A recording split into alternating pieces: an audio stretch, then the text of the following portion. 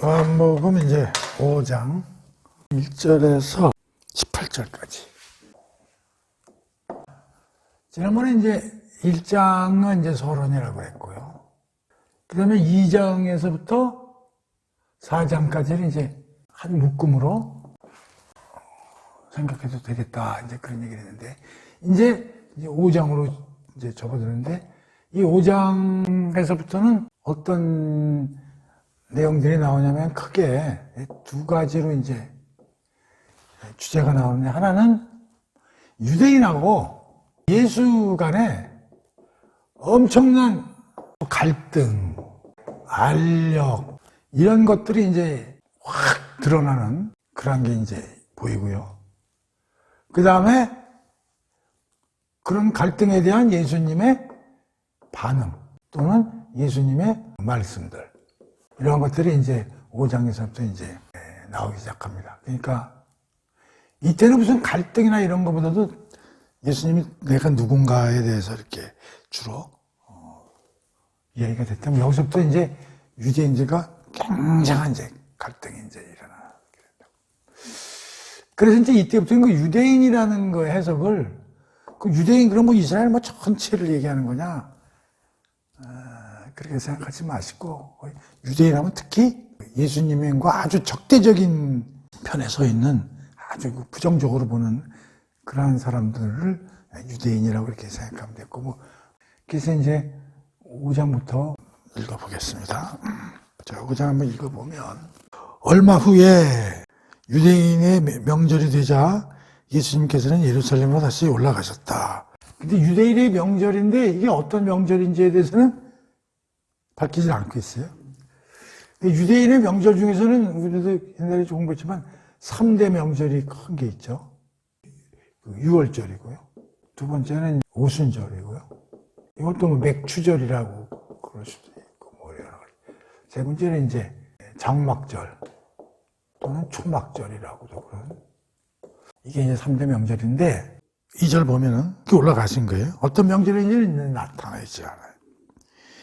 예루살렘에 있는 양의 문 곁에는 히브리 말로 베데스다라는 불리는 연못이 있었는데, 연못 주위에는 5채의 행각이 있었다. 이 행각 안에는 절름발이 맹인 중풍병자들, 수많은 병자들이 질벽에 누워 있었다. 그들은 모두 물이 움직이기를 기다리고 있었다. 그 이유는 주의 천사가 그 연못에 가끔 내려와 물을 휘저어 놓는데, 그렇게 물이 움직일 때 가장 연못에 먼저 들어가는 사람은 어떤 병에 걸렸든지 다 나았기 때문이었다. 그곳에 병자들 가운데 38년 동안 병을 앓아 온 사람이 있었다. 예수께서는 그가 누워있는 것을 보시고, 또 그가 아주 오랜 세월 동안 병을 앓아온 것을 아시고는 그에게 다가가셔서 물으셨다. 낫기를 원하느냐? 그 병자가 대답했다. 물이 움직일 때 연못에 들어가야 되는데 제가 연못에서 들어갈 수 있도록 저를 도와주는 사람이 아무도 없다. 그래서 내가 들어가려고 애를 쓰고 있으면 늘 다른 사람들이 먼저 들어가서 자기는 뭐 그 도움을 한 번도 받을 수가 없었다. 그런 얘기요. 그 예수께서 그에게 말씀하셨다. 일어나라. 그리고 자리를 챙겨 들고 걸어가라. 바로 그 순간 그의 병이 말끔히 나았다. 그래서 그는 자기 자리를 챙겨 들고 걸어갔다. 그런데 이 일이 일어난 때에는 마침 안식이자, 9절을 동그라미 치세요. 이 일이 일어난 때에는 마침 안식일이었다. 그래서 유대인들은 병고침을 받은 그 사람이 보자. 오늘은 안식일이요. 그러니 안식에서 자리를 챙겨 들고 걸어가는 것은 율법에 어긋나는 일이요. 그러자 그 사람이 대꾸했다. 내 병을 고쳐주신 분이 내 자리를 챙겨 들고 걸어가라 하셔서 내가 그걸 시킨 대로 했을 뿐이요. 유대인들이 다시 따지고 나섰다. 뭐요? 그렇다면 당신에게 그 자리를 들고 걸어가라는 사람 도대체 누구냐? 어? 여기 어디 그 사람이 누군지 좀 지적해 보셔. 그랬더니 병 고침을 받은 사람이 자기를 고쳐준 사람 누구인지 이렇게 찾으려고 그러니까 벌써 예수님은 자리를 뜨신 거죠. 왜냐하면 수많은 사람들이 바글바글한 모양이죠. 여기까지 보고. 자, 그러니까 이 주제는 원래 이제 베데스다 연못에서의 그 절름발이를 고치신 그 얘기가 이것도 기적이죠. 이것도 표적입니다. 이게 몇 번째 표적이에요? 세 번째 표적이죠. 첫 번째는 가나 혼인잔치의 포도주 물로 두 번째는 그 왕의 신하야 죽어가는 아들 예수님께서 고치신 거고, 여기 이제 세 번째 표적인데, 여기서 핵심은 뭐냐면, 물론 병자를 고치신 일도 중요하지만 이게 안식일 날이에요. 뭐요? 안식일. 그래서 이 안식일 논쟁이 이제 어서부터 벌어지기 시작하는 거예요. 안식일 논쟁. 특히 그 예수님한테 이제 반발을 가진 사람들은 도대체 안식일 날 왜 문제를 일으키느냐. 안식일 날은 조용히 지내야 되는데 도대체 그 환자를 안식일 날 고쳐가지고 자리를 탁탁하게 하라고 시킨 그 사람이 누구냐 말이지. 그래가지고 이제 여기서 안식일에 대한 굉장한 논쟁이 벌어진다. 그런 얘기. 그래서 여기에 대해서 예수님이 이제 어떠한 반응을 나타내시고 하신 말씀들이 이제 그 오늘의 주제인 거죠. 그러니까 안식일에 대한 유대인들의 생각과 예수님의 생각이 완전히 다른 거예요. 그러니까 일부러 예수님이 안식일 날을 택해서 고친 거예요. 그러니까 뭐 월요일 고칠 수도 있고 화요일에 고칠 수도 있고 수요일에 고칠 수도 있는데 딱 예수님이 벌써 이 표적을 행하실 때는 딱 안식일 날을 골라서 하신 거란 말이에요. 그게 뭐냐면 뭔가 이유가 있으신 거지. 그렇죠? 그러니까 이건 뭐냐면 유대인들 알고 있는 안식일에 대해서 예수님이 그거 아니다. 니들이 알고 있는 게 잘못된 거다. 그것을 확실히 고쳐주고 알려주기 위해서 일을 행하신 게 바로 베데스다 연못에서의 안질뱅이 이 사람을 고친 그런 표적이다. 그런 얘기죠. 자, 그러면 이제 안식일에 대해서 살펴보자. 우선 안식일부터 시작을 해야 돼요. 안식일이란. 안식일을 알기 전에 우리가 창세기에서 공부했던 안식이라는 것부터 우리가 생각을 해봐야 돼요. 안식. 이것은 창세기 1장에 하나님의 창조하시면서 며칠째 안식하셨다고 나와 있어요? 7일째죠. 아무 일도 안 하시고 하나님이 안식하셨다. 이런 말이 나오고 창세기 맨 앞을 보면은 2장 2절. 하나님께서는 하시던 일을 6째 날까지 다 마치시고 7째 날에는 안식하셨다. 그래서 7째 날은 꼭 복 주시고 거룩하게 하셨다. 이 날에는 그동안 창조하시던 일을 다 마치시고 쉬셨기 때문이다. 이게 원래 사실 1장에 들어가야 되는데 2장 이제 3절에 시작 이제 안식하셨다. 그런데 이것이 이제 나중에 모세 시대에 들어오면서 하나님이 이제 안식일을 지켜라 하고 율법으로 제도화를 시키죠. 특히 그 제4계명을 한번 볼까요? 안식일을 기억하여 거룩하게 지키라. 우리가 그 창세기 할 때도 좀 공부를 했어요. 그 안식에 대해서. 그때 우리가 안식에 대해서 뭐라고 우리가 했습니까? 이렇게 생각하면 되죠. 하나님이 6일 창조를 하셨잖아요. 그리고 7일째 뭐 하셨겠어요? 안식하시면서 뭐 하셨겠어요? 그러니까 안식하셨다는 것 자체가 쉼이라는 뜻은 전혀 없다고. 활동을 뭐 쉬셨다고 해서 쉰다. 이런 뜻이 아니고, 7째 과연 하나님께서 뭘 하셨을까? 예측을 해야 이 안식일에 대한 걸 우리가 정확히 이해할 수가 있는데, 근데 성경에는 안식일에 뭘 하셨다고 구체적으로 나타나지 않고, 그냥 그날을 거룩하게 하라고 이렇게 10계명에 4계명에 이렇게 얘기를 하셨단 말이에요. 이게 잘 생각이 안 나면 어떤 생각을 하면 이런 생각을 한번 해보시라는 거죠. 여러분들이 어떤 작품을 하나 만든다고 그래보세요. 뭐 그림을 그리건 뭐 책을 쓰건 뭐 집을 짓건 뭐 어떤 그런 일들을 다 했어. 다 해놓고 이걸 끝내고 나서 이렇게 바라보는 거야. 그 자기가 한 작품이나 만든 거. 그러면서 자기가 그 작품을 구상하고 만든 어떤 목적과 의도가 있을 거 아니야? 아, 이게 과연 내가 생각한 대로 잘 표현이 되는지 그런 거를 생각해보고 그동안에 자기가 해온 작품을 그린 걸 쫙 리뷰해보면서 생각해보는 시간이란 말이죠.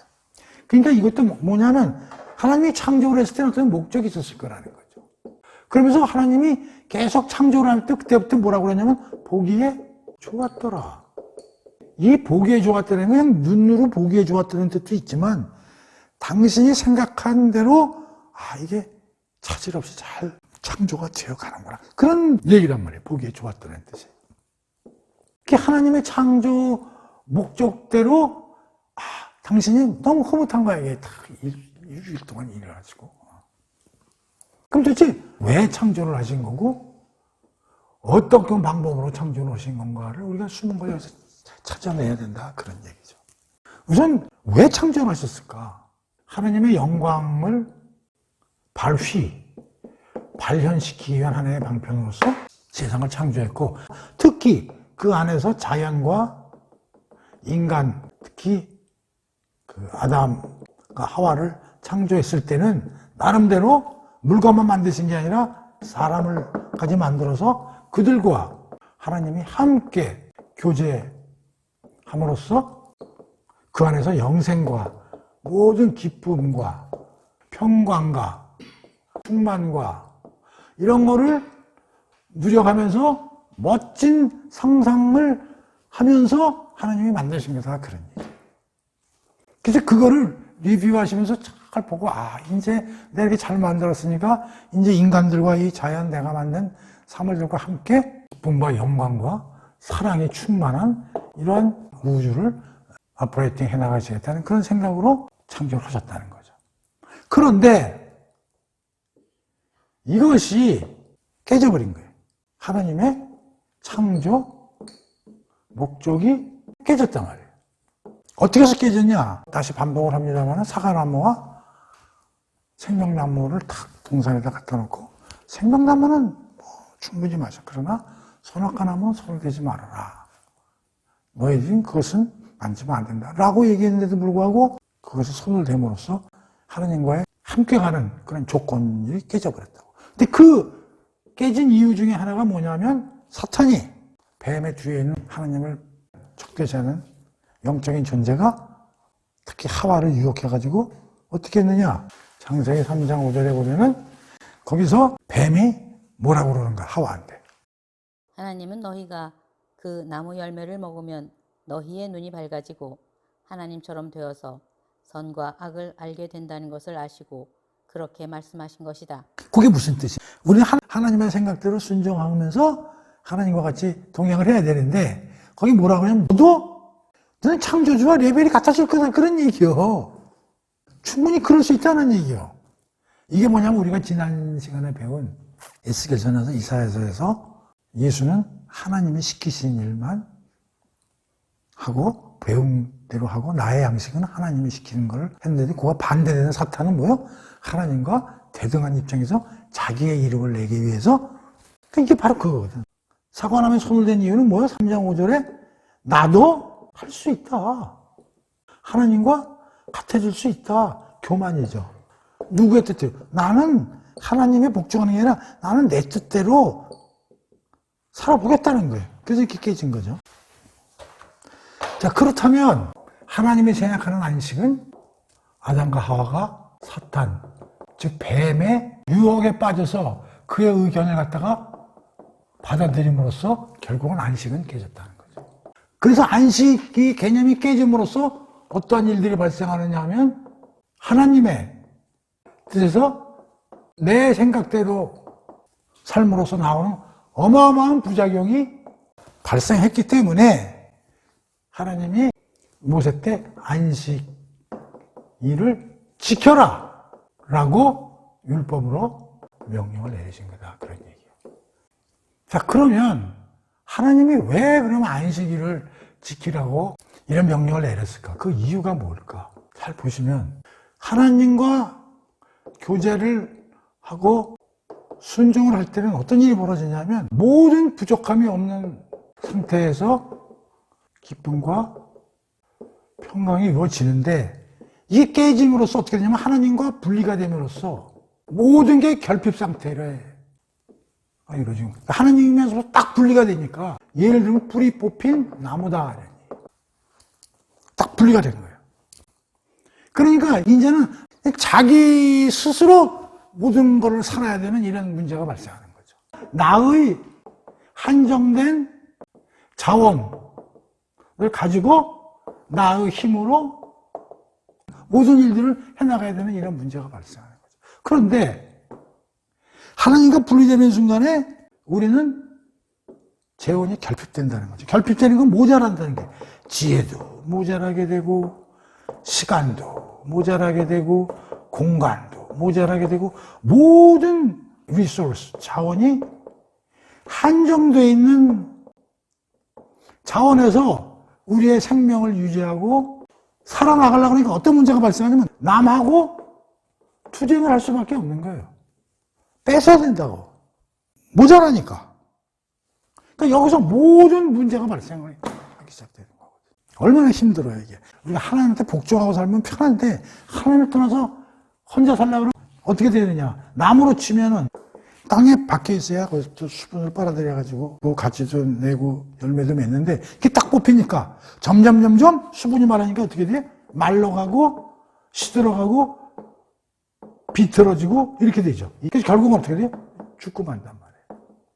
똑같아. 인간도 결핍이 됐으면은 투쟁, 분노, 네가 잘나니 내가 잘나니 경쟁 이런 일들이 계속 벌어지는 거예요.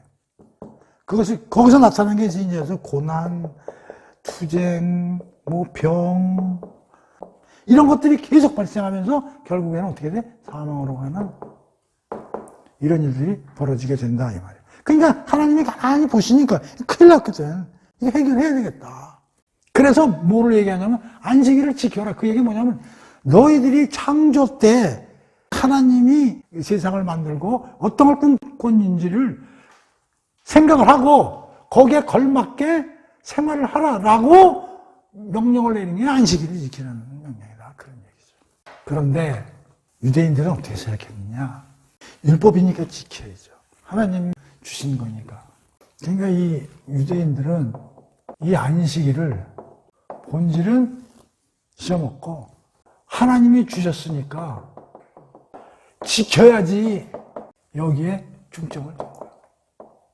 지켜야 된다. 근데 뭘 지켜? 이날은 아무것도 하면 안 된다.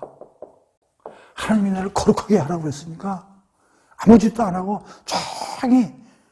조용히 앉아서 도대체 뭐를, 그 본질을 알아야 되는데 이 사람들은 움직이지 않고 아무런 것도 하면 안 되는 일로 생각을 하고 안식일날 각종 세부 규칙과 이런 걸 만들어가지고 인간들을 압박하기 시작했다는 거예요. 움직이면 안 되는 거예요. 냉장고도 열면 안 되고 동물도 미리 그 전날 왕창 먹여놓든지 이런 식으로 완전히 율법주의가 본질을 생각을 해야 되는데 이거를 예수님이 꿰뚫어 보신 거죠. 그 안식일을 건드리신 거예요. 예수님이. 이 안식일의 의미를 구체적으로 한번 살펴보면 1번 내 창조 목적을 생각해봐라. 그리고 하나님이 원하시는 질서와 인간 간의 어떤 화합, 그 다음에 운영 법칙 등이 무엇인지를 생각해봐라 이런 얘기죠. 그리고 제발 이날은 세상 일에서 떠나서 그러니까 일을 하지 말라는 게 아니라 이날만은 하나님께 집중해라. 일을 하지 말라는 게 아니라 세상에서 먹고는 살아야 되니까 6일 동안은 일을 해야 되니까 여러 사람하고 사회생활을 해야 되지만 그 하루만은 제발 이 하나님의 창조 목적과 안식의 기본적인 본질이 뭔지를 좀 집중해서 생각해라. 그런 얘기거든요, 이게. 그랬을 때 너희들은 어떻게 행동해야 되고 살 수 있는가를 생각해보라는 거죠. 그럼 이렇게 하나님의 창조 목적대로 살려면 어떻게 되느냐? 사랑과 공의의 삶을 살아야 된다는 거죠. 그걸 알면은 공적에 대해서는 의롭게, 사적인 분야에서는 서로 이웃을 사랑하는 이러한 삶을 살아야 되는데 니들이 지금 그렇게 살고 있는가? 그걸 반성해봐라 이런 얘기요. 그래서 이런 걸 한번 그날따라 생각을 해봐라 이런 얘기죠. 예수님이. 이런 생각을 가지고 나머지 6일도 좀 살아나가라. 하나님 나라의 꿈꾸는 세상을 좀 잘 생각해보고 좀 하나님에 집중해라. 세상에 좀 하루라도 좀 떠나서. 그게 이제 안식일을 지키라는 하나님의 명령인데 이 인간들은 이 본질은 사라지고 큰일 나지. 율법 안 지키면 우리가 민족인데 시킨 대로 해야지. 그냥 세상 일에서 떠나가는 거는 그냥 모든 일을 하지 말고 그냥 이런 걸로 이렇게 착각 속에서 했다는 얘기죠. 그래서 예수님이 드디어 베데스다 연못을 이제 찾아가는 거예요. 그래서 이 베데스다 연못에서의 베데스다라는 뜻은 두 가지 단어가 합성이 되는 단어다. 베데스다라는 뜻이. 그래서 하나는 문이라는 뜻이고 또 하나는 자비, 은혜 이런 뜻을 가진 헤세드와 그 문이라는 뜻이 합쳐져서 베데스다. 그러니까 베데스다라는 뜻이 뭐냐면 자비와 사랑에 듬뿍 뿌려져야 되는 문이다 이런 뜻이에요. 근데 여기에 좀 들어가 보니까 뭔 일이 발생하고 있는 거예요 지금. 환자들이 득실득실하고. 그러면 이 베데스다라는 뜻에 맞는 걸맞는 곳이라면 그런 사람들에 대해서 보통 사람들이 눈길을 주고 이런 사람들을 좀 어떻게 좀 케어를 해줄까, 좀 이런 걸 해야 되는데 전혀 베데스다 연못이라는 이름하고 거기서 벌어지는 일하고 너무 안 맞는 거예요 지금 이게. 그래서 거기 지금 세 사람이 있다는 거 아니에요? 소경하고 그다음에 여기 혈기 마른 사람이라는 게 뭐냐면 이게 중풍 환자예요. 여기 이제 안질뱅이고. 이 소경은 앞을 못 보니까 뭐 움직이질 못하잖아요. 이 사람도 뭐 움직이질 못하잖아요. 사이가 많아. 이 사람은 마비가 돼가지고 어떻게 해버려. 참나, 이게. 응? 그러니까 이 사람들의 특징이 뭐예요? 누군가가 헬퍼가 없으면 전혀 기동이 안 되잖아요. 또 하나는 영적 상태. 그 당시 유대인들의 영적 상태가 안질병이 소경, 중풍이다. 이런 얘기야. 근데 이 중에 특히 한 명이 이제 예수님 눈에 딱 들어온 거야. 근데 그 사람 이름도 모르고 38년 동안 누워있어. 이 사람 진짜 가망이 없는 사람이다. 야, 이 사람 진짜, 예수님이 딱 보는 순간에 그냥 어이가 없어서, 야, 이건 그냥 불가능이다, 이거. 치유 불가능이구나. 이렇게 생각해. 이 사람이 누굴 대표하냐? 그냥 유대인들을 대표하는 거예요. 이 사람을. 니네들이 치유 불가능한 놈들이야. 똑같아. 표적은 항상 엄청난 의미를 담고 있다고 그랬잖아요. 그래서 가서 뭐라고 그러세요? 한마디 말을 붙이세요. 네가 낫고자 하느냐? 당연히 낫고 싶지. 이 사람이 당연히 나. 근데 이 사람도 딱 듣고 나서 그러면서 그러는 거야. 아유, 이 사람이 왜 나한테 뭔가 낫긴 어떻게 나? 이건 물이 흐를 때 거의 1등으로 들어가야만 낫는 거야. 그 들어가려고 그러면 벌써 다른 들어갈 수도 없지. 이게 다시 뭐예요? 여기서 경쟁 체제가 벌어지잖아요. 1등주의. 그럼 다른 아픈 사람들도 누구의 도움 없이 못 들어갈 거 아니야. 그러나 이걸 보면서 백싸움. 이게 전부 뭐예요? 이게 하나님의 안식을 깨트리면서 나오는 모든 것들이 다 여기서 이렇게 일어나는 일들이잖아. 1등주의, 경쟁 체제, 백싸움. 이게 하나도 없는 거야, 이 사람은. 38년간을 그러고 앉아 있었다는 거 아니야. 근데 여기서 38년이라는 게 또 재밌어. 왜 40년도 아니고 왜 38년이에요? 네? 모르죠? 이제 그 모세가 애굽에서 이제 사람들을 끝나고 이제 시내산 데리고 나오잖아요. 이제 시내산에서 이제 하느님과 계약을 맺는단 말이에요. 그게 유명한 시내산 계약이란 말이에요. 이제 하느님과 그 유대인들과 계약을 맺은 다음에 하나님은 십계명하고 성막을 주신단 말이에요. 그게 어떻게 보면 십계명은 텍스트고 어떻게 보면 성막은 학교인데 그래서 한 1년 반에서 한 2년 정도 잘 이제 교육을 받았어. 그래서 하나님이 무슨 생각을 했냐면 야 이제 가나안 땅으로 좀 들여보낼 때가 됐다고 생각한 거예요. 하나님이. 그래가지고 이제 가나안 땅까지 이제 데리고 가가지고 저희가 이제 너희들이 들어가서 살 땅이라고 이제 모세가 이제 알려줬단 말이에요. 그런데 가서 딱 보니까 무서운 거야, 걔네들이. 그냥 빈 땅에 가서 사는 게 아니라 거기 기존에 있는 놈들이 있으니까 걔를 쳐부시고 가야 되는데 걔네들이 뭐 등치도 크고 지금으로 말하면 뭐 미사일, 탱크 이런 걸 많이 갖고 있는 겁시나니까 모세한테 뭐라고 그러냐면 우리가 가서 좀 정탐을 하고 좀 와야 되겠다. 그래가지고 12지파의 한 명씩 대표 자리에서 12명을 내려보내요, 정탐꾼을. 돌아온다고. 돌아가지고 뭐라고 하냐면, 우리 못 들어가요. 무서워. 큰일 나요. 죽어요. 여수하고 갈렙은 그래도 가야 된다. 하나님이 계신데 뭐가 그렇게 하는데 다른 사람 안 돼. 그래서 하나님, 야, 이것들 봐라. 그래가지고 어떻게 되느냐. 여기서 다시 뺑뺑이 돌리는데 38년이 걸린 거야. 그러니까 여기서 원래는 그 광에서 40년을 헤맸는데 그게 사실 2년하고 38년을 나눠야 돼. 이때는 교육기간이고 막상 실행하는데 여기서 하나님한테 벤치 맞고 38년간을 어떻게 다시 재훈련을 받는 거거든요. 혹독한 훈련을 받고 결국 한 놈도 못 들어가요. 다 죽어요. 2세만 들어가지.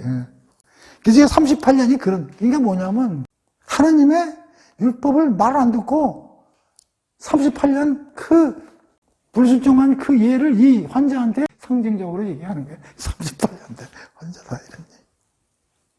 그래가지고 예수님이 이걸 고치신다는 거예요. 고치신 다음에 고치시면 되는데 또 뭐라 그러자면 야 그거 네가 깔고 앉았던 거 돗자리 들고 뛰어봐. 그냥 열심히 그냥 뛰는 거죠. 그걸 유대인이 본 거야. 저 자식 저 안식일날 마라톤을 해야 되게? 너 일로 와봐. 이렇게 되는 거죠. 근데 여기서 중요한 것도 어떤 신학자들도 이런 얘기야. 만약에 내가 38년 돼가지고 움직이지도 못하는데 누가 와서 너 났으니까 돗자리 들고 뛰어 그러면 뛰는 놈이 있겠냐. 그게 말이 돼요 지금. 뛰잖아요. 믿음이에요. 웬만한 사람은 안 뛰어요. 지금까지 일어나지도 못했는데 뛰는 게 그게 지랄하고 자빠졌네 그랬겠지. 그러나 이 사람은 그래도 뛰잖아. 그러니까 어떻게 돼? 실천하니까. 믿음은 뭐하고 관련된다고 그랬어요? 실천. 믿음의 3년서 공부했잖아요. Above Reason, 약속의 전제 실천. 믿음은 실천을 해야 효과를 본다고. 아유, 그게만 맞겠어. 그럼 문개원. 이게 안 되는 거야. 그리고 뭐요? 이제 현행범으로 잡힌 거지. 유대인 관원한테. 당신 봐봐. 너 왜 뛰어? 너 뛰는 이유가 뭐야? 이 사람은 안질병인 줄 아마 몰랐을 거야. 그냥 누가 후다닥 튀니까. 내가 사실 여기 이런 사람이었는데 어떤 사람이 와서 뛰라고 그래서 뛴 거예요. 그랬더니. 누구야, 그 사람이? 찾아보니까 없어. 누구지? 찾아봐. 이렇게 된 거야. 그때 유대인이 찾아봐. 누군지. 이게 무슨 뜻이에요? 좋은 뜻을 얘기한 거예요? 너 걸리면 직결제본 시킬 거야. 다시 말하면 이 사람 눈에는 뭐가 보이냐? 이 사람이 환자였다가 걸은 사실은 못 보고 그냥 뛴 것만 본 거야. 율법을. 이 유대인은 이 사람이 죽었다 살아난 걸 못 본 거야. 살아났잖아. 이 사람이 죽었다 살아난 사람 아니에요. 38년을 누워있다가 일어났는데요. 생명을 되찾은 거 아닙니까? 이거는 의미가 없는 거야. 왜 뛰었냐가 중요하지. 왜 뛰었냐가 이 사람은. 그러니까 율법주의가 이런 거라고. 그러니까 본질을 못 보고. 내가 이제 이거를 보면서 느끼는 게 뭐냐면 내가 그래서 검사 판사들 이제 법을 집행하는 사람들이잖아요. 반드시 법은 그걸 만든 본질과 목적이 있다고. 근데 우리는 되게 문자주의로 많이 나가요. 이건 겨우 율법주의예요. 이게 가장 검판사들이 참 내가 검판사는 아니지만 나도 그 법을 공부해봤던 사람이기 때문에 법을 저따위 식으로 해석하면 사람 큰일 난다고. 이 문자라는 거는 모든 사회생활에서 일어나는 모든 케이스를 문자가 다 담질 못해요. 이 그리고 시대에 따라서 변화하기 때문에 모든 문제가 이 법률 조항 하나 만들어가지고 모든 세상에서 일어나는 케이스를 담지 못. 그러니까 어떻게 돼? 결국은 해석을 할 수밖에 없다고. 이 해석을 잘해야 되거든. 이 해석을 지레같이 하면 다 작살나는 거예요. 그냥 다 범법적으로 다 몰아버리는 거거든. 원래 이제 법을 공부하기 전에 법 철학이라는 학과가 있는데 이걸 잠깐 잘해야 되는데 어쨌든 이런 일이 벌어지는 거예요. 그래서 예수님이 이거는 일부러 계획해서 일으키신 일이다. 그 다음에 16절 보니까 유대인들은 예수께서 안식일을 어겼다는 이유로 예수를 드디어 이 사건으로, 물론 이 전에 성전 척결 사건이나 이런 걸로 인해서도 예수님에 대해서 약간의 이 사회를 어지럽히는 사람을 봤지만 특히 이 사건을 기준으로 어떻게 됐냐? 유대인과 예수님은 완전히 척을 짓는 아주 결정적인 이유가 안식일 사건이다. 그래서 여기 보세요. 여기 그런 말이 나오죠? 그 일로 인해서 유대인들은 16절 예수께서 안식일을 어겼다는 이유로 예수를 핍박하기 시작하였다. 드디어 핍박, 아까 그랬죠. 이제 5절부터 뭐냐면 예수님과 유대인 간에 이제 갈등이 치열하게 이제 일어나는 일이 발생하는 거죠. 그러자 예수께서는 이제 그들에게 말씀하셨다.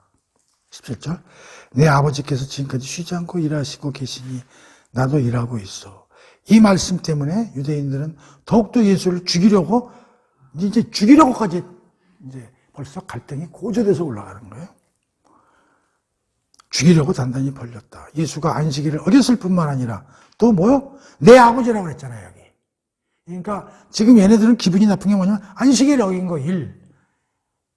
지가 하나님의 아들이라고 얘기한 거 2. 응? 예수가 안식일을 어겼을 뿐 아니라 하나님을 자기 아버지라고 부름으로써 자신을 하나님과 동등한 위치에 두었기 때문에 이를 이제 쟤는 죽음을 받아야 되는 애다. 그러니까 사실 이제 나중에 예수가 이제 겨우 십자가에서 죽지만 로마 입장에서야 뭐 사회적인 불순분자 뭐 이런 걸로 이제 봐야 되지만 사실 로마 입장에서는 죽일 아무런 이유가 없었어요, 예수를. 이제 유대인 입장에서는 이제 아마 내가 보기에 그게 세계 요인으로 이제 도대체 뭐냐면 가장 중요한 게 성결하는 성전 척결 사건이에요. 하나님을 때려 부셔버렸잖아요. 성전 척결 사건이고. 두 번째는 이제 안식일 등등이 이제 여기. 세 번째는 이제 하나님의 아들이다. 이제 이런 게 이제 유대인들 입장에서는 못 받아들이는 거죠. 여기서 벌써 나왔잖아요. 안식일을 안 지켰고 네가 하나님의 아들이라고 뻥을 쳐. 그러면서 이제 여기서 뭐라고 하냐면 하나님은 쉬지 않고 일하신다. 고 예수님이 말씀하셨는데 이게 무슨 뜻이냐면 이 당시에 유대 이제 그 랍비 이제 선생이라고 표현하죠.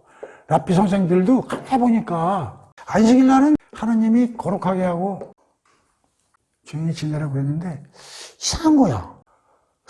안식일하고 하나님 일을 하시나? 유대인들이. 그런데 가만히 보니까 안식일에 사람도 태어나고 사람도 죽고 막 이런 일이 발생. 근데 사람을 살고 죽는 건 하나님의 그 권한인데, 하나님은 안식일 날도 일을 하신다는 얘기인가? 이런 이제 고민에 빠진 거야, 이제 그 랍비 선생들은. 그래서 이 사람들이 이제 뭐라고 결정을 내느냐면 결론을, 하나님도 안식일은 쉬시는데, 생명을 창출하는 일하고 심판하시는 일은 하신다. 그래서 생각을 한 거야. 그 유대 랍비들은. 그러니까 이제 예수님이 그러시는 거지. 야, 이 멍청이 새끼들아, 니들이 그따구 생각을 가지고 율법을 갖다가 해? 하나님은 뭐라 그래? 그래서 쉬지 않고 일하신다고 얘기하는 거예요. 니들은 지금 이따구 신학을 가지고 지금 니들이 살아와? 하나님은 쉬지 않고 일하셔. 안식일이고 나발이고 하나님은 365일 일하신다. 근데 니들은 앉아가지고 무슨 하나님은 일하실까 안 하실까 뭐 있다고 생각이 나고 앉아있고 말이지. 그럼 왜 하나님이 쉬지 않고 이러냐? 지금 안식이 깨졌잖아. 하나님은 그 안식을 회복하기 위해서 에덴 동산으로의 창조로의 회복을 위해서 거기에 만족될 때까지 계속 하나님은 쉬지 않고 일하시고 계시다. 이 멍청이들아라고 예수님이 얘기했습니다. 그래서 하나님도 쉬지 않고 일하는데 내가 그럼 쉬랴? 그러면은 이런 얘기죠. 그래서 예수님은 안식일날 뭐란 거야? 생명을 살리시는 일을 하신 거잖아요. 지금 죽은 자를 38년 동안 죽어있던 놈을 살린 거잖아요. 생명을 찾아주신 분이잖아. 안식은 바로 이 생명을 살리는 게 안식일의 또 본질이거든요. 근데 그건 못 보고 일한다고 말이지. 그 일 알아서 생명을 찾은 애가 날뛰는 걸 보면 축하를 해줘야지. 거기다 대고서 잡아가지고 너 직결 심판한다고 뭐 수갑 채우려고 그렇게 태겠냐 이런 얘기지. 그래서 오늘은요 베데스다 언덕에 그 안질뱅이 기적 그 증언을 하고 왜냐하면 다음 규절도 굉장히 중요한 규절들이 많기 때문에 헷갈리기 때문에 이건 다음에 하겠습니다. 오늘 여기까지입니다.